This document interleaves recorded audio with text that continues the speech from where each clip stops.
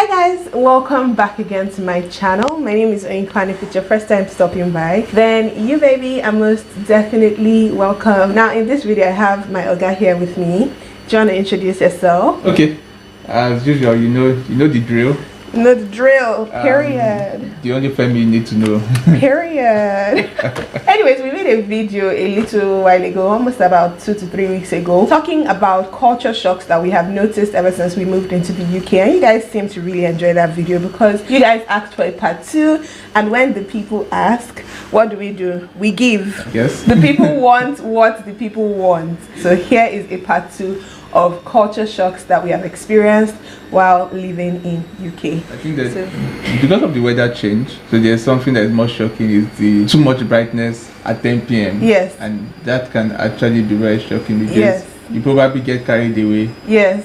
Maybe you're chilling your friend and it's 9 p.m. and it still looks like 3 p.m. Yeah. It's that ridiculous. It's crazy, especially during the summer. Actually, from like springtime, that's when it starts happening. Already. From spring to summer. So we noticed because we moved here during the winter. When we moved during the winter, we noticed that by like 4:30, it was already dark. Like pitch black that would look like 9 p.m. 3 p.m. Do you get? Like it would look like 9 p.m. It's already dark. And it doesn't get bright, significantly bright, till about 8 a.m. thereabouts in the morning. That's when it starts looking like the sun is just waking up. The sun is just rising. And now there is springtime stroke going into summer. We've noticed that it doesn't get dark till like it gets almost very 10 p.m. bright, like 5 a.m. 5 a.m. and like it's bright already. Like it's like if you don't, it just messes with your circadian rhythm if you don't know how need to shut your windows and your blinds, because if you look outside you think that you overslept. Exactly. But yeah, that's definitely one thing that we've noticed in terms of moving to the UK. One thing that I've noticed is that I swear you don't have to leave your house for bills to come and find you. That's a banger. I'm telling you, because you know how in Nigeria, if you are broke, all you have to say is, okay, for this month I have 20k. I'm going to rough my 20k. I'm not going to eat out. I'm just going to be soaking Gary and I'll be fine. And I'll be fine.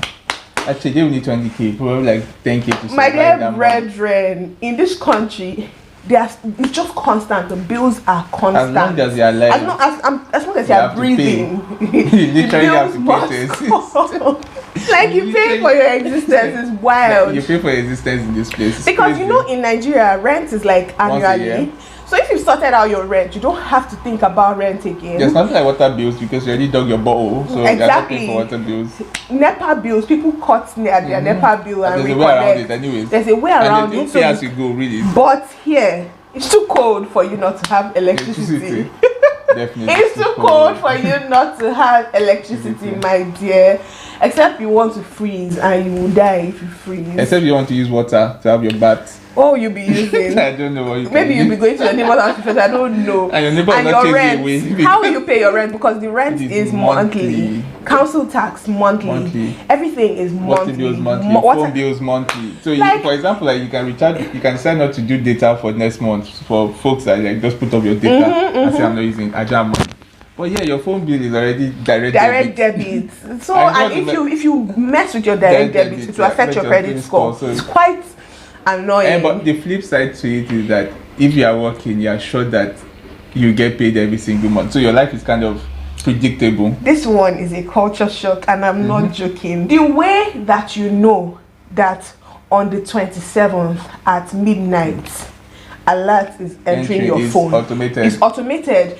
It's not that you not be thinking, oh, when am I going to be paid? You just already know that, okay, I'm going to be paid on the 27th. So you can put all your direct debits at a date that you always know that you never... There will be money there. Exactly. It's unfailing. Unlike Nigeria, I'm telling you, I've left Nigeria for about 6 months now, and they're still owing me 3 months' salary. It's ridiculous. I've been trying to get a church. Honestly, finding a church is not the easiest thing. Yeah, it's not particularly easy, so... we decided to go to a church that is supposed to be mixed, where it's 80% white, 20% black, and probably black British. They're different from black African. They're different from black African. And so what is crazy is the fact their mode of worship. Oh my God. This thing that Olu said is so accurate. Like, it felt like you were in some classic music concert. Even the way they pray. And the way they pray, like, okay, so they ask for prayer requests. And so obviously Nigeria, if that's for prayer request, you have to be casting and binding. Do you understand? Everybody's kabashing. Fall down and die. Fall down and die. Fall down and die. Well, at least minus Catholic.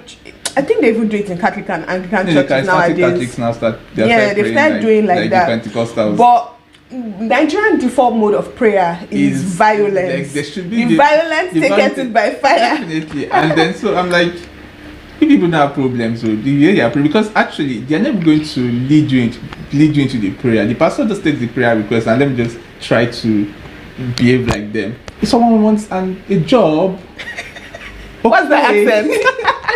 What's the accent? They'll just put it up to God and trust God and changes it to next prayer. I'm like, like, what's going on? How can you be praying for a job and all you said is, oh, are you joking? Someone's looking for a new house. Looking for a new house. Let's just trust God. I'm like, what? Let's trust God to give this person a new house, and by next Sunday you come with your testimony. I'm like, guy, that's not how we pray. Where we come from? In Nigeria, it's going to be like, God, provide the house. Turn it into a prayer. In Jesus' name, let's hear it in the congregation. Everybody. I'm like, in 5 minutes they were done with like 10 prayer requests. I'm like, nah, this is not a prayer request. This is just this thing. Even their praise and worship session was like Hillsong's concert. Everything was the just announcement. That couple announcement. The announcement was so cheesy and cute. It was so cheesy, but like they definitely don't tie the world to their chest. That's just they definitely don't tie the world to their chest. Their priorities are different. Yeah. And for them, they're like, oh, the church should be a community. But yeah, it actually was nice. I think we want to go back. Yeah. I think I want to go back. It was a nice church actually. They were very welcoming. Yeah. Because we are trying to go to a Nigerian church. I'm not going to mention the name of the church, but we are trying to go to a Nigerian church, and the vibe was just not vibing. When the pastor said those what did he say? So he said that, okay, those that came to church physically will laugh last. And there are people streaming the service online. So that means the people that are streaming the service online, they will not laugh or what? I don't get. Because it's only people that are on the ground that will laugh. Like for you to come to church physically, you will laugh last. I'm like, I was sorry for those that watching me online because it looks like they don't plan to laugh. They have been caused already. After then, I was just like, nah. Nigerians always find a way to guilt trip you into doing things. It's not necessary. Obviously, if I'm streaming the service online, God sees my heart. He knows when I'm streaming the service online. It's not up to you. Contrary to the white guys. Now, so basically, contrary to this mixed church, let me say the white guys. The mixed church, those that were online were actually very recognized. Like they kept referring to them. They kept making them feel like if they were not missing anything. Yeah. Another culture shock is drinking tap water. Everyone drinks tap water. Most people drink tap water because the tap water is pretty safe actually. In Nigeria, if you say so, though, it's pretty safe. All the time that you've drank tap water, did you have diarrhea? Sick a couple of times. Tolu, it's not from the tap water. It's not from the tap water. Okay, then. It's not from the tap water. And if you go to a restaurant and you don't want to pay for water, because water is pretty steep in restaurants, a tiny 50cl bottle of water is like I think we talked £1 plus. Eating out the last video. Yeah, it's try £1 plus for just, and you know, if you go to Lidl, you can buy 2 liters of water, a bottle for like 17 pence or something. Yeah, exactly. So for you to buy 50cl of water for £1 plus, £1.50 is ridiculous. So if you feel like you don't want to spend that extra coin on water, you can ask for tap water, and they literally give you tap water for free. And it can be very cold. Yes, actually. It can actually be very cold. Like my uncle's house, they drink tap water. My cousin's house, they drink tap water. Here, because Tolu is Nigerian, Tolu has said we should be buying bottled water. But me, I'm fine with drinking tap water. Not that. Even in the hospital, they drink tap water. Now. Yes, but Laulu told me that she bought a filter for her tap. But I've not bought the filter. Maybe if you buy the filter, is not a problem. I could be very confident. I've been drinking the tap. Tolu just has a Nigerian mindset, so in his mind he's scared of drinking tap water. He's scared of the concept of it. I don't drink pure water in Nigeria. I don't drink tap water. I don't drink shit. I don't drink bottled water because that's the only thing that I think should be able to trust. I don't know why, but me, I've been drinking the tap water, and I've then also not because of any other thing. The truth is the fact that if you are drinking tap water, it's difficult to actually quantify and measure how much water. So for someone like me that have a bad water drinking habit, bottled water has always helped me to measure, because I'm like 2 liters at least I've drank half of it, so that's 1 liter. So it helped me. That's why I actually started drinking bottled water to be able to help me quantify amount of water, because I find that anytime I'm drinking bottled water, I tend to drink more water than if I'm drinking tap water. That's quite true. For me, I like PDA should be everywhere, but in Nigeria now you have to be very careful. Not because you have to be very careful. Everybody's going to be watching, and some people might actually make comments. I remember when both of us were on Okada and I was holding from behind in Nigeria. What year was that? Well, we're still much younger. Yeah, still in university. Yeah. We're on the bike, and quite literally comments everywhere. From people, vulcanizers on the streets, mechanic on the streets. Everyone just felt the need to say something. Comments. Why? Exactly. Like, can't you just mind your business? But in Nigeria, guys are doing the most. Yeah. Quite literally the most. Sometimes they want to kids should not hear. Enter into each other in public space. It's quite get different. The room, guys. It's quite different. It's something that we're not that used and everybody to. minds their business. Exactly, because nobody comments on it. People will just go about minding their business. Like, okay, fine, you're entering each other. That's cute. Fine. But just keep your clothes on. Exactly. Just keep your clothes on. That's the most important thing. As long as you keep your clothes on, I don't think there should be any problem. But yeah, that's definitely and this PDA takes me to the LGBTQ community as well. They're pretty present, unlike Nigeria. In Nigeria, they're not that present. Please don't be present, else you'll be absent from your family. Exactly. And be in jail. The whole 14 years imprisonment thing. So people are not so expressive in terms of the LGBTQ But we community. see them. Yeah, we see them, like them Bobrisky, who have been the pioneers. Bobrisky, James Brown. Not said he's LGBTQ. But no, he's a cross-dresser. You still belong into that community, don't really? you? I'm not sure. I don't know. Isn't that the plus? I thought that was the plus. Yeah. Like cross-dressers and I don't know. I'm not sure. I'm not very familiar with the community. I don't know. But what I know is that here, even at work, people have the rainbow. What's that thing called? The thing for holding your ID card or that neck thing for holding your ID card thing. People wear it so freely at work. Then they have like, there's this yellow badge I wear at work that will say, my name is, when you call my pronouns are blah blah. Oh really? People actually put it, pronouns they them, pronouns he they, pronouns like that. Even in emails, people put their name, pronouns, everything. It's pretty visible. Is that something that is definitely a culture shock? Because coming from Nigeria, that is a conservative or a pseudo-conservative community, because let's not lie, we're not that conservative, we're just pretenders in that country. I think that you guys are pretenders. They are just pretenders in that country. So coming from Nigeria, that is a pseudo-conservative community, is something that is different to see. So your culture shock. And I think another one that I've noticed, especially because I use the airport a lot, is the police. Yeah, the fact that they don't have guns. They don't. And they're polite. They are very polite. It's a joke to me. But then it's a British thing. It's a British thing, people are polite. And I'm just going to say something, a point with that politeness thing. You never know if a British person actually likes you or doesn't like you, because they are so polite. Let's say that they don't really understand your accent. They may say something like, I never really understand what she's saying. Bless her. Her accent is so cute. Like, but it could be sarcasm though. They're being sarcastic. Exactly. But they have to say it. They just are not confrontational by any standard. I don't think that, or like Nigerians are quite confrontational. Yoruba people are not the most confrontational people. Yoruba people are almost like British people. Too much respect. Maybe. And but I'm just thinking about it. Like, for example, if you jump a queue, a British queue, if you jump a queue, nobody's going to tell you anything. Nobody's going to say anything. Nobody's going to say anything. They'll just make the eye and make some kind of breathing or something, but they will never actually talk to you. Except if it's like an immigrant, that one might talk to you. But if it's like a real British person, he'll probably just give you the eye. He'll just give you the dirty eye. The eye, like, who is this uncultured person? Exactly. But in Nigeria, if you jump the queue, best believe that you want to scatter everywhere. You want everybody to just run mad if you jump the queue in Nigeria. Everybody will just eat you. So that's definitely something as well. Gun violence is not a thing in this country. And at the airport, you basically see the police with guns. Yeah. But just as don't joke. But that's all really. Once you leave the airport and they're on the street, even when you see like there's instances where police need to respond to stuff, they prefer to come in their numbers than to actually come armed. So you can see like 7 police cars, like 10 officers addressing one issue. So they come in their numbers, but they don't come armed.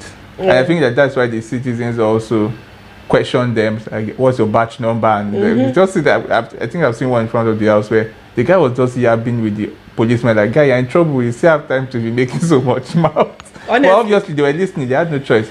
Maybe they had called for backup because a few more guys came and they were just standing far away from the 2 guys that were having a discussion with him, just in case anyways. But yeah. Even among the roadmen, what they have is knife crimes. Yeah. They have quite a significant proportion of knife crimes, but not gun violence like that. So that's one thing.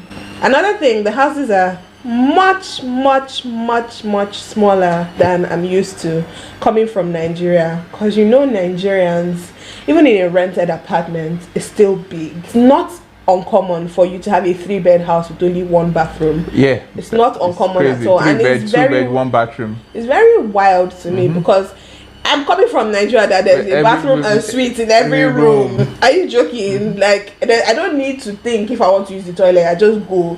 But here, you have to think about it. Yeah, but obviously, it also saves you water costs, actually. Yeah, definitely. Because obviously, there are bigger houses, actually. But you will be willing to pay. If you want to live in a big house, be ready to pay a lot of be ready to pay some coins. Be ready to spend some money if you want to live in a big house, because you will justify why you are better than everybody else that's living in a smaller house. You know what's funny? Actually, people might actually think, oh, it's just the rent that is high. Guy, don't play yourself. Your council tax will multiply by 2. Obviously, if you are living in that kind of area, since you want to do big things, then be ready to pay big. Be ready to pay the big money to show that you're not in the small. And it reflects to the cars also, because recently we have been thinking of, let's do this and all, and maybe buying the car will not be a problem. But have you seen your insurance bill monthly? Especially if they qualify you as a high risk person, a high risk driver. So for us now, because we are fresh immigrants and we haven't had a British driver's license before, and we haven't had insurance with a British company before, and we are young, we are classified as high risk. So our insurance is typically very high, although there are ways to maneuver this really, but just off the bat, your insurance is going to be a lot of money. So it might not even be the car payments that will be... That'll be your problem. Trust me, it might be the insurance. It's the insurance that will now be your problem. That will be your problem. So it's that's definitely unlike something. Nigeria, insurance is 5K in the whole year. It's 5K in a year? Yes, sir. Then why don't people do it? Because nobody has time to remember.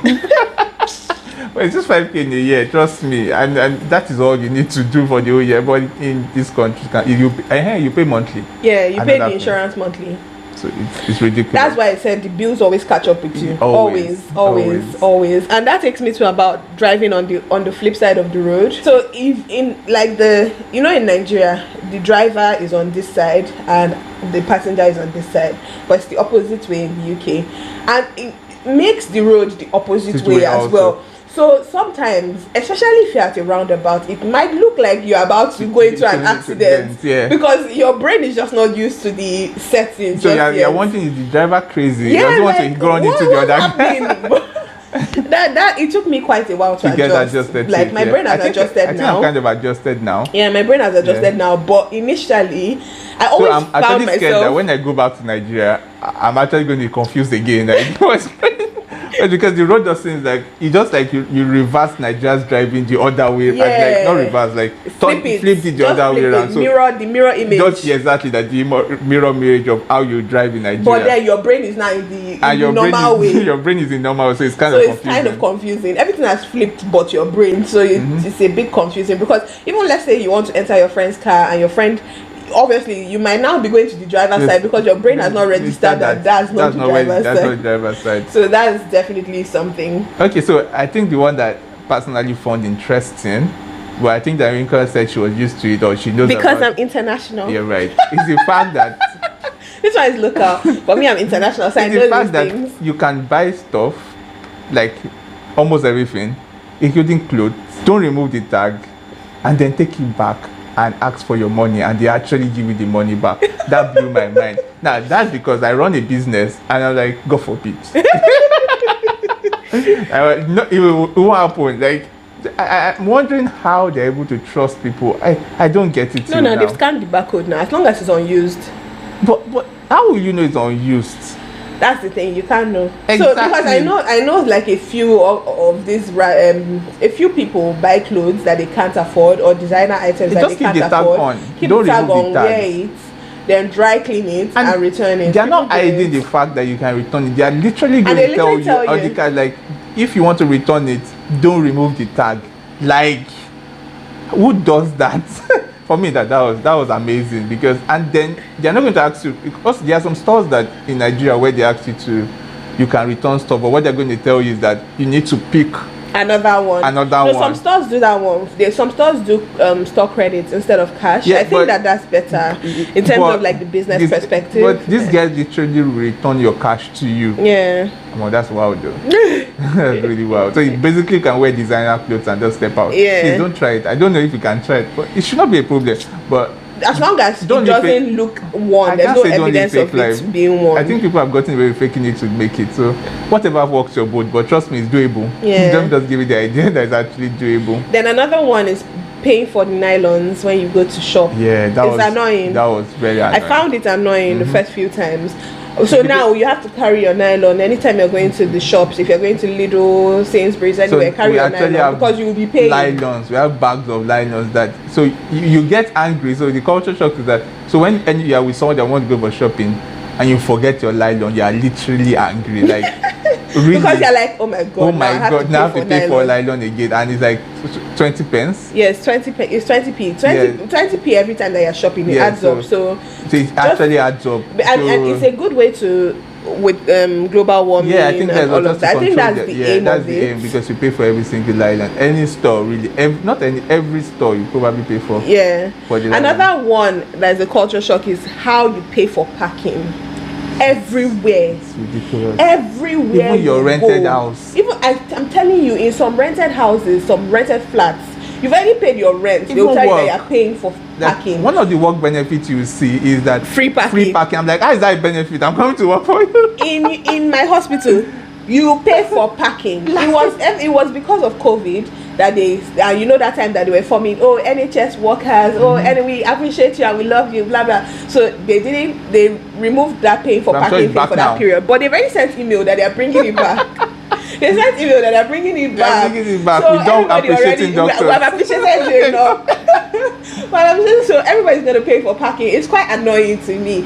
And let's say some places they may tell you that there's free parking for 30 minutes. My dear, if you park longer than 30 minutes, no joke. Just know that your parking ticket is waiting for you. And if you skip that parking ticket, best believe that it's going to come to your post, your house, with your picture, with everything, evidence that you parked there and you did not pay. And if you still don't pay, best believe that you're getting a fine. So the best thing is actually to pay early. Yeah. Because it gives you, like, if you pay early, you can get like a 50% discount on the fine. Yeah. So always try if you get a bill or not a bill, if you get a traffic bill, a traffic fine, try to pay very early, because it might save you paying the whole. And especially if you're a professional, you want to really avoid getting into this kind of petty things, because it can interfere with you would wonder, like, how is a parking ticket interfering with my license? But it can actually interfere with your license. I remember there was a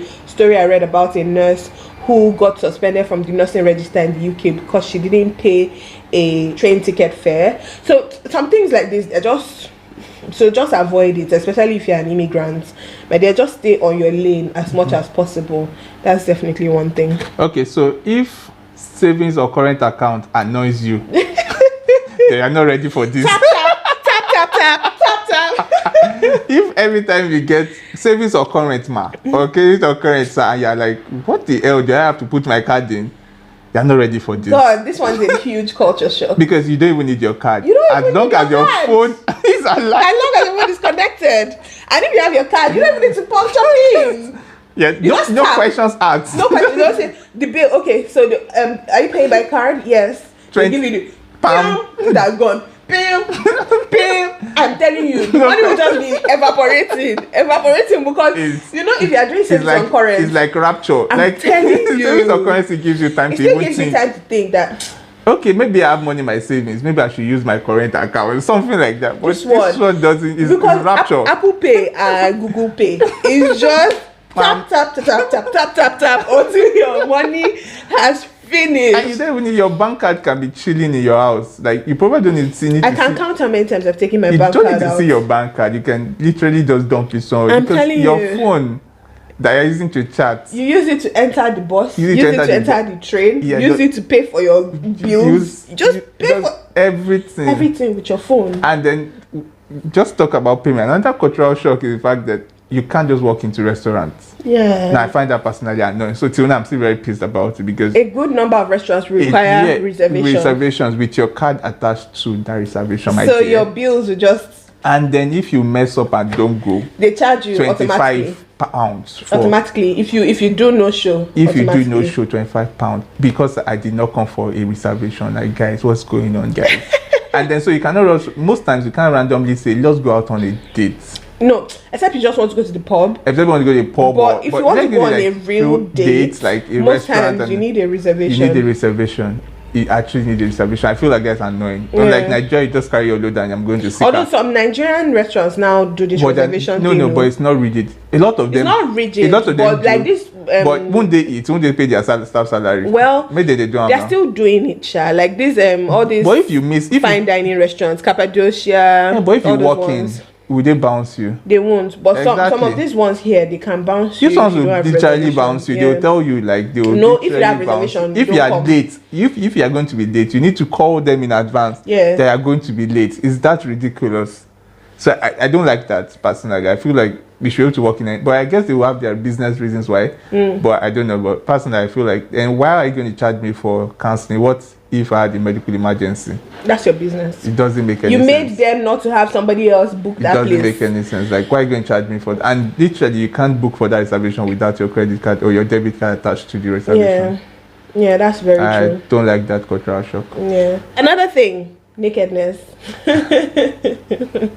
I swear, once the weather is just a little bit hot. Like now? Like now. No, it's just about 18. It's 16, 18. I'm telling but you. Nakedness everywhere. Once the weather is just, if you should just enter that 16, 18 degrees Celsius. Nakedness everywhere. Nakedness. People are wearing bum shorts, crop tops. Everybody is all being naked. I'm like, it's not even. I'm still wearing jackets. Actually, I'm still wearing jackets. I'm still wearing jackets, my dear, and people are naked. Wow. Nakedness everywhere. It's wild. It's actually quite wild. That one, I was very perplexed the first few times I saw it. Like, just small heat, everybody's naked. I think that another thing that baffles me, and that's because I operate in this space, is because I've had people come to the hospital to say, oh, you know what? I've been waiting for a while. Yeah, I've been waiting for a while.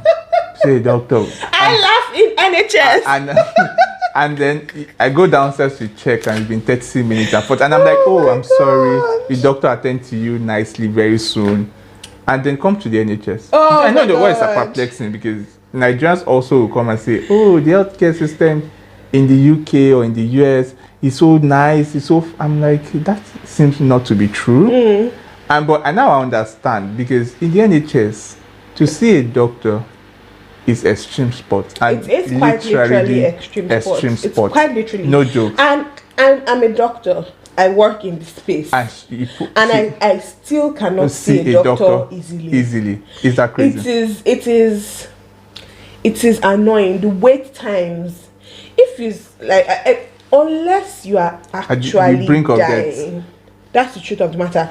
Unless you are actually dying, like if we don't act now, you will die. If it's not that type of emergency, trust me. Let's believe that the wait time would frustrate you. Now, so wait time she's referring to is wait time as to emergency. In the emergency department, she's not talking about wait time for outpatient clinic department. Like I have something, I have cough and catarrh, and I want to go see a doctor. That wait time can be like 2 weeks. Yeah. That one. So even register with the GP. What I'm talking about. When I wanted to register with the GP, it was like took over 2 weeks. Yeah, no, what I say, a month. Yeah, I had to be calling every time.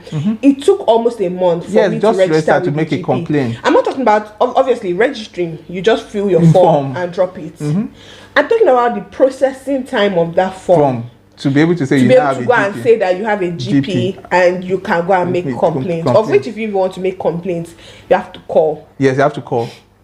You can't just randomly show up at the GP because they won't open the door for you. And then they're going to say free health, and at the end of the day, you pay for all your drugs. Yeah, you pay for all your prescriptions. Yeah, so when Nigerians say, oh, they're waiting time, like, how much? But on the flip side, the reasons why Nigerians come here and make it look like they get fast and good treatment. Yeah, you get good treatment. You can get fast treatments if you go private. If you go. So you're paying, but if you're paying a lot of money to actually beat the actual system. Yeah. A lot of money. Because, for example, you're doing an ultrasound in Nigeria is about 10K, 5K. Yeah. Ultrasound here is about 90 to 100 pounds for a private scan. Yeah. Scan last song. And if you want to go, or if you want to wait for the NHS, obviously it's going to take a while. And if you want to wait for NHS, probably wait for like 3 weeks or a month to get an appointment. Yeah. And there has to be a reason why. Yeah, yeah. Do you understand? I know that in Nigeria, we give, even for our insurance patients in Nigeria, we give about 3 scans and sometimes 4 scans to our antenatal patients. In this place, 2 scans. This is totally quite literally the scan to confirm the heartbeat and then an anomaly scan. So anytime I keep comparing the healthcare system, like, yes, you probably can get everything that I get in Nigeria, but you're going to pay through your nose, and which that's what Nigerians literally do, and that is why the average Nigerian cannot come to UK and say that, oh, I got the. You can't say. You must be super rich in Nigeria to be able to afford, because just imagine scan is on. That is about 75,000 naira for just a routine scan. So imagine what a CT scan will be, what an MRI will be. MRI is like 400 pounds. Exactly. So you just to put out because I know that there are patients. Obviously, there are some times that patients have some spinal issues, but then the wait time for the NHS MRI is so long, so then they decide to go do their private MRIs. I've spoken with a couple of them. MRI is like 300-400 pounds. It's quite expensive. And put it in perspective that the average income in the UK is about 1,500. So imagine that just one scan is 400 pounds. How much disposable income do they actually have to be able to pay for that type of? So if you want to beat the NHS, and obviously we know that in America healthcare is not a joking stuff. It's quite expensive. So I'm just saying this to say that appreciate Nigerian healthcare. That's more or less of the story. Appreciate Nigerian healthcare more. The fact that you can just wake up one morning and walk into the hospital make all those demands in like 1 hour, and then max 2 hours, and you're like, I want to say consultant now. Guy, you can't try. You really can. But you can if you are the super rich in Nigeria, which I know some of you are. That's true. Yeah, I think we should have like a donation. We'll have donation links in the description box for the rich kids that want to drop. Anyways, you guys, my birthday is coming soon. So actually, if you're among the rich folk and you want to drop something, just leave a comment. I'll send you my deeds. Exactly. Anyways, guys, that is it for this video. Thank you guys so much for watching. I really do hope you enjoyed this video. Please don't forget to give it a massive thumbs up if you enjoying the video, and hit that subscribe button down below to join this family. And yeah, thank you guys so much for watching. Like, share, subscribe, and all that good stuff. And we will catch you never. I will catch you in my next video. Bye, guys.